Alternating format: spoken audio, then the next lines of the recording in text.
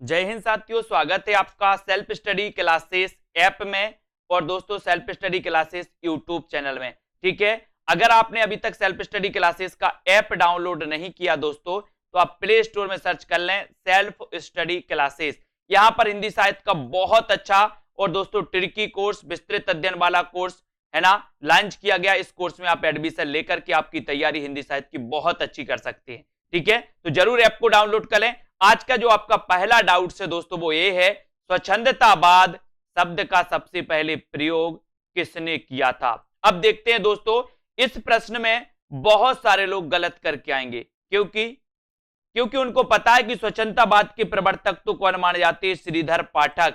तो श्रीधर पाठक ने ही स्वच्छंदतावाद का सबसे पहले प्रयोग किया होगा, ये ऐसा मानना हो जाता। लेकिन नहीं, डाउट्स क्या है, श्रीधर पाठक स्वच्छंदतावाद के प्रवर्तक हैं, लेकिन स्वच्छंदतावाद शब्द का प्रयोग सबसे पहले किया था मुकुटधर पांडे ने।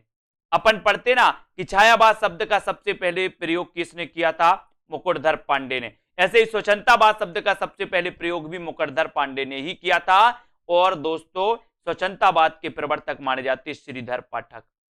इनको आपको याद रख लेना है दोस्तों। ठीक है, इन्हें आपको पता है प्रकृति का उपासक कभी भी कहा जाता है, किसे, श्रीधर पाठक को। एक क्वेश्चन आता है, प्रकृति का सुकुमार कवि किसे कहा जाता है, प्रकृति का चितेरा कवि कैसे कहा जाता है। लोग लगा देते आंखें बंद करके पंत।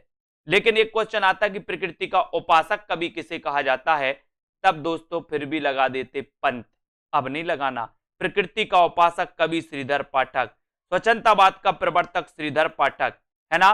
स्वच्छंदतावाद शब्द का सबसे पहले प्रयोग किसने किया, मुकुटधर पांडे ने। इन क्वेश्चनों को आपको बहुत अच्छे से पढ़ना है। डाउट्स नंबर 2, फूलों का गुच्छा की रचनाकार कौन है। यहां दोस्तों कैसेट फंस जाती है, फूलों का गुच्छा और फूलों का कुर्ता। एक क्वेश्चन पूछा जाता है, फूलों का कुर्ता ये किसकी रचना है। तो फूलों का गुच्छा रचना किसकी है, भारतेंदु हरिश्चंद्र की। लेकिन यहीं पर आपसे फूलों का कुर्ता पूछ लिया जाता, तब भी आप कंफ्यूज हो जाते। फूलों का कुर्ता यशपाल, और जो फूलों का कुर्ता पहनेगा उसका यश बहुत होगा, बहुत, है ना, यश होगा, तो यशपाल। फूलों का कुर्ता यशपाल, फूलों का गुच्छा भारतेंदु हरिश्चंद्र। इनको अपन को याद रख लेना है। अब दोस्तों ये डाउट्स नंबर अपन 3, हिंदी का प्रथम कवि कौन है।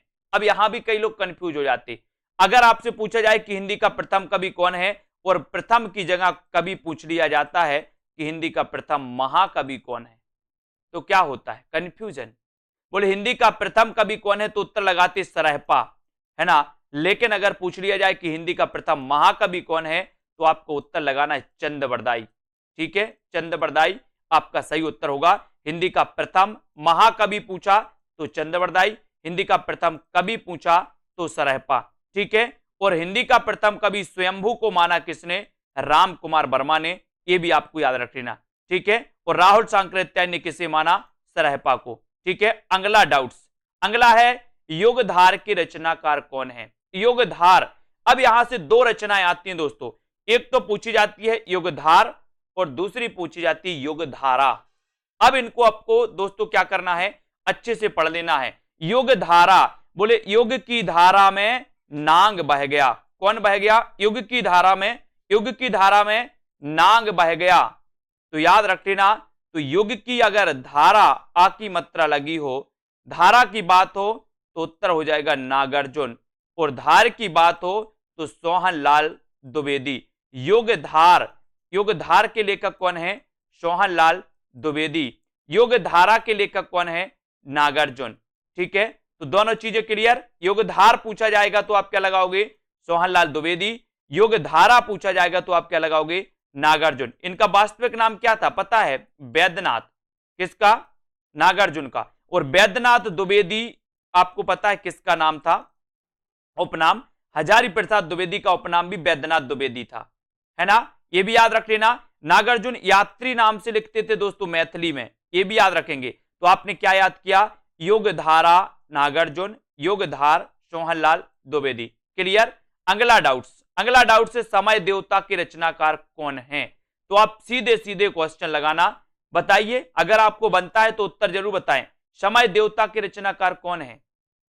तब दोस्तों आपका राइट आंसर होता है कि समय देवता के संरचनाकार कौन है? नरेश मेहता। लेकिन एक क्वेश्चन यही और पूछा जाता है, साहित्य देवता, एक पूछा जाता है साहित्य देवता, साहित्य देवता के रचनाकार कौन है? अब दोस्तों ये साहित्य देवता ये क्या है? निबंध है।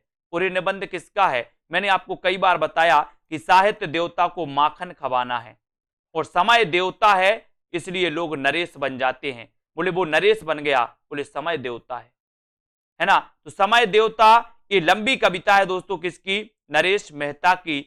और साहित्य देवता के रचनाकार कौन है? माखनलाल चतुर्वेदी। कंफ्यूजन है, कंफ्यूजन, कंफ्यूज नहीं होना। समय देवता नरेश मेहता और साहित्य देवता माखनलाल चतुर्वेदी। इन प्रश्नों को बहुत अच्छे तरीके से ढंग से पढ़ना है दोस्तों। हमेशा पूछे जाती है सेशन दोस्तों अपना हमेशा चलेगा डाउट्स वाला।